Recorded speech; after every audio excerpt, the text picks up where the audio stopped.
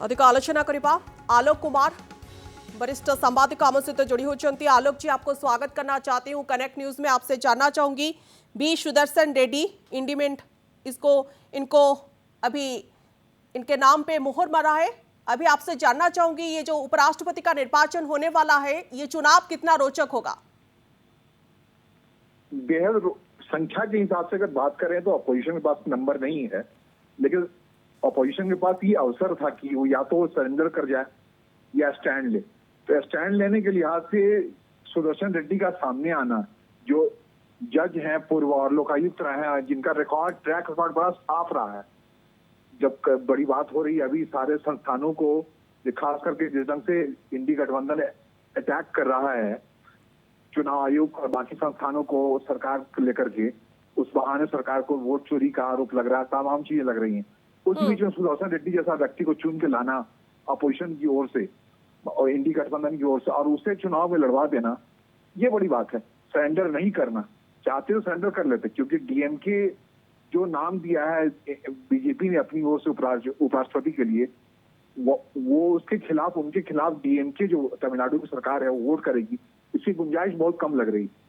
उसके बावजूद, इन सब के बावजूद जो हालात है उसमें खड़ा होना एक बड़ी बात होती है। चुनाव लड़ना भी अपने आप में बड़ी बात होती है। चुनाव लड़ेंगी तो कैंपेन होगा तो एक जो कहते एयर टाइम हम लोग टीवी की भाषा में कहते हैं, उस पर कब्जा होगा अपोजिशन का, अलग अलग तरीके से बयान आएंगे, चुनाव लड़ेगा, वोटिंग होगा।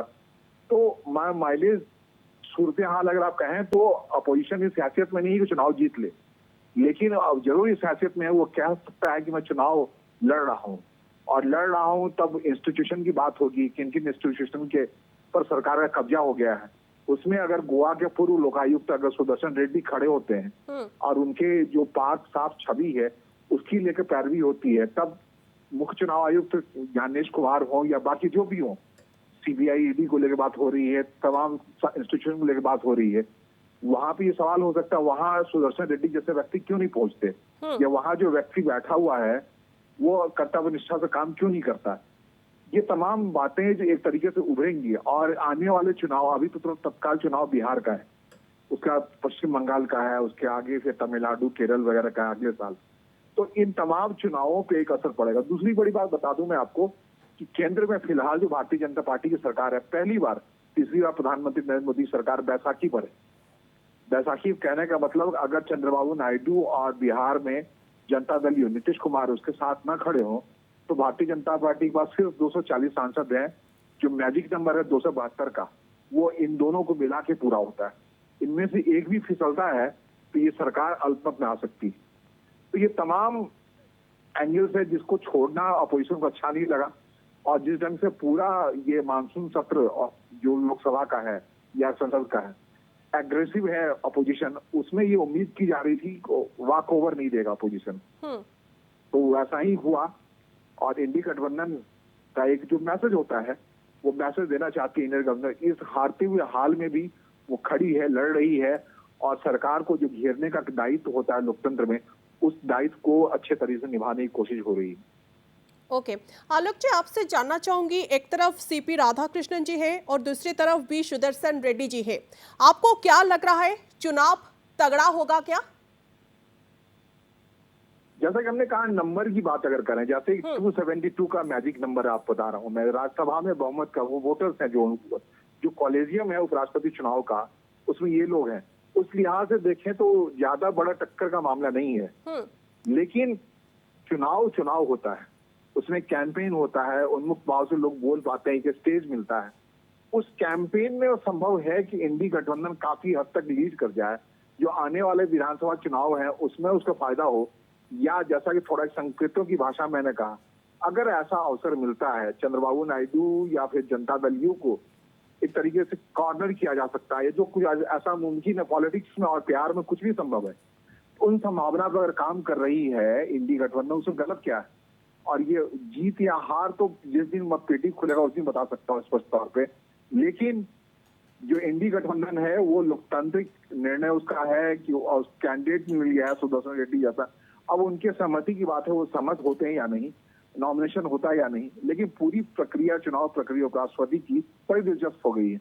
जिस ढंग से धनखड़ साहब को छोड़ना पड़ा अचानक से स्वास्थ्य कारणों से, उसकी वजह से मध्यावधि चुनाव का सामना करना पड़ा उपराष्ट्रपति के चुनाव में, तो इन सब को लेकर पहले ही भारतीय जनता पार्टी की फजियत हो रही है। लेकिन ये किन परिस्थितियों में धनखड़ साहब को हंसना पड़ा, ये सारी बातें अब पब्लिक डोमेन में चर्चा में आएंगी और जो केंद्र सरकार है उसको थोड़ी मुसीबत का सामना तो करना पड़ेगा ही, चर्चाओं में ही से ही। ओके, आपसे जानना चाहूंगी आलोक जी, राजनाथ सिंह समर्थन के लिए कल नवीन जी को फोन किए थे, फिर स्टालिन जी को भी फोन किए थे। आपको क्या लग रहा है किस तरफ समर्थन ज्यादा जाएगा? देखिए, सदन में पहले ही बीजेडी ने एक स्टैंड ले लिया था। ये संकेत आने लगे थे कि वो इस बार भारतीय जनता पार्टी के साथ या एनडीए के साथ जो हाल के दिनों जो कुछ भी बीजेडी के साथ हुआ है एनडीए के अंदर, एनडीए का व्यवहार, उसको लेके एक स्टैंड बीजेडी ने लिया, पहले ही लिया। तो वो हार जीत का निर्णायक वोट नहीं है उनके पास, लेकिन बीजेडी के सांसदों की ओर से बात आने लगी कि इस बार नहीं मानेंगे हम, इस बार हम चुनाव लड़ेंगे, अगर ऐसा कुछ मौका आया तो लड़ेंगे। अब देखना है, अब नवीन बाबू को फोन किया है राजनाथ सिंह ने, उनके बीच दरमियान आपस में क्या बातचीत हुई है। लेकिन ये तब बात हुई थी जब चुनाव ये नहीं आया था, कैंडिडेट नहीं आया था इंडी गठबंधन की ओर से या अपोजिशन की ओर से, तब जो बात हुई होगी। लेकिन उसके आगे का क्या नतीजा निकलता है वो देखना बड़ा दिलचस्प होगा। हालांकि कहा जाता है नवीन बाबू एक बार जो बोल देते हैं वो क्या वही करते हैं, तो दोनों के बीच क्या बातचीत हुई, तब की परिस्थिति में क्या बातचीत हुई और ये नया हालात जो बन रहा है उसमें क्या बात बनती है, ये दो अलग अलग चीजें, वो भी देखना बहुत महत्वपूर्ण होगा।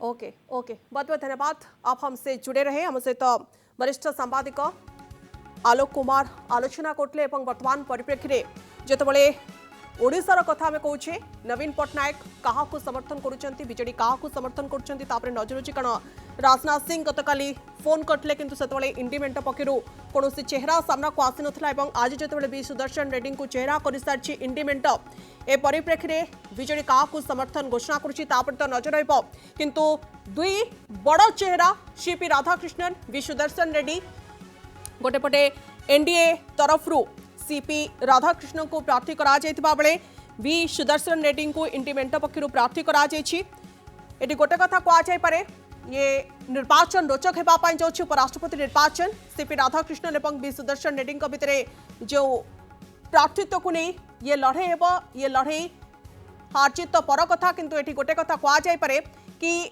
ये दुई चेहरा बड़ चेहरा गोटेपटे सीपी राधाकृष्णन अन्यपटे वी सुदर्शन रेड्डी क्या किए समर्थन करुच्ची सारा देशवासी नजर रही। उपराष्ट्रपति निर्वाचन प्रभाव विधानसभा निर्वाचन बिहार होगापी जाऊँगी पड़ा कथा आलोचना करा जाउछि।